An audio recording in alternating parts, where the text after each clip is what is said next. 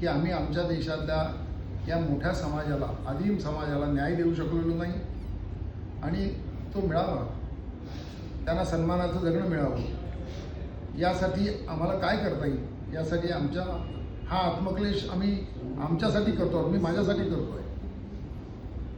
आणि माझी अपेक्षा आहे की जो सुसंस्कृत समाज आहे त्या समाजातल्या भारतीय समाजाला, ज्याला 2047च्या विकसित भारताचे वेध लागलेले आहेत, स्वप्न पाहतो, आम्ही प्रत्येक समाजाने याचा विचार करावा की आपल्या समाजातला एक घटक जर इतका दुर्बल राहणार असेल तर आपला समाज शक्तिशाली बनेल का?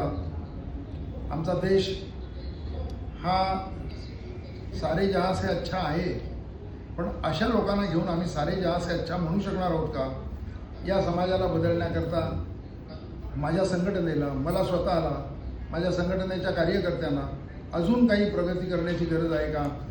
अजून जास्त वेळ देऊन काम करून झटण्याची गरज आहे का? याचं आत्मचिंतनसुद्धा या आत्मक्लेशाच्या निमित्ताने आम्ही करणार आहोत.